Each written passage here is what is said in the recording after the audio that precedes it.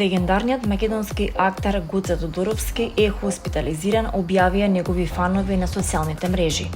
Мубедин и Джело го посетиле актерот во болница и објавиле заедничка фотографија, посакувајќи му што побрзо закрепнување и враќање на сцената. Ви посакуваме од срце што побрзо закрепнување, добро здравје и повторно да ве видиме на сцената каде што припаѓате. Со вас пораснавме, со вашите улоги се смеевме, учевме и создадовме незаборавни спомени, напишаа тие. Гоце Тодоровски е едно од најпрепознатливите имиња во македонското глумиште. Генерации гледачи го паметат по бројните театарски, филмски и телевизиски улоги, особено по незаборавните ликови од култната серија Македонски народни приказни, со кои стана миленик на публиката. Вимблдон не е само сцена за врвен тенис, туку и место за средби на светската елита, а оваа година рефлектори беа насочени кон принцезата од Велс Кейт Мидлтон. Додека Кейт го гледала надпреварот на младиот британски тенисер Артур Фери од трибините, незините приватни разговори со поранешниот тенисер Тимоти Хенри Хенман и председателката на All England Club Деби Джеванс биле снимени со посебни тајни камери, откривајќи ја незината пристапна и духовита страна. Принцезата од Велс се најде во кралскиот специјал слушнато на Вимблдон за време на незината посета минатата недела.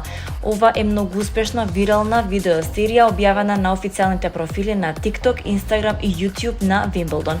Принцезата во разговорот се осврнала на својот неодамнешен потфат 3 врвови предизвик, кој го призела со цел да собере средства за болницата Ројал Марсден, каде што и самата се лекуваше во 2024 година. Иако за помалку 24 часа успеала да ги освои највисоките врвови на Англија, Шкотска и Велс, таа со смеење признала дека временските услови биле благоречено ужасни. Сите бевме мокри до кожа, но тоа беше вистинска стоичка британска работа да се направи, му раскажала Кейт на Хенман, нагласувајќи дека неверојатната дарежливост на донаторите ја мотивирала да продолжи и во најтешките моменти. Но мислам дека дел од патувањето беше обидот да се ужива во процесот, претходниот тренинг, но и наоѓањето време во текот на одењето, запознавањето луѓе и уживањето во патувањето наместо само брзо да стигнеме до врвот. Тоа те мотивира кога знаеш дека тоа го правиш за добра цел. Тоа те покринува низ тешките времиња, признала принцезата.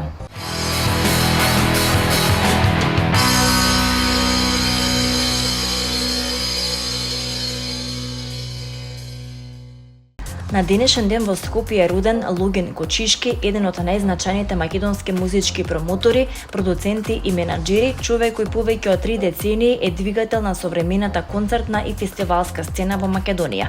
Неговото име е неразделно поврзано со Password продукција, Taxirat Festival, The Festival и Pin Music Conference and Showcase, проекти што одамна ги надминаа домашните рамки и стана препознатливи и на европската музичка сцена. Речиси целиот свој професионален живот Кочишки го посветува на музиката. Во текот на 90-тите ја основа Password продукција, која започнува како дискографска куќа во едно од најтешките времења за регионот, а подоцна прераснува во едно од најуспешните компании за концертна продукција, менаџмент на артисти, букинг и организација на музички настани во Македонија и пошироко.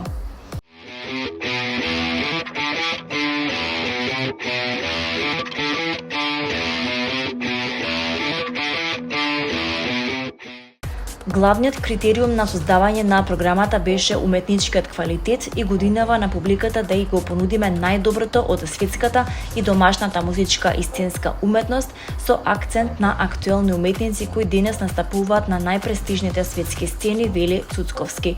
Клучот за успехот е континуитетот, квалитетот и личните професионални контакти кои се градат со години, особено во услови на се поголема конкуренција меѓу европските фестивали. Во мојот случај би рекол истакнул дека и мојата оперска кариера, заедно со целокупното професионално искуство, придонесуваат за создавање на квалитетна фестивалска програма, вели Ѓорѓе Цуцковски, директор на најголемиот македонски фестивал Охридско лето. Во присрет на 66-тото издание на фестивалот, што ќе биде отворен традиционално на Петровден во недела, Цуцковски објаснува што ќе донесе фестивалот, но и во каква конкуренција расте и се развива.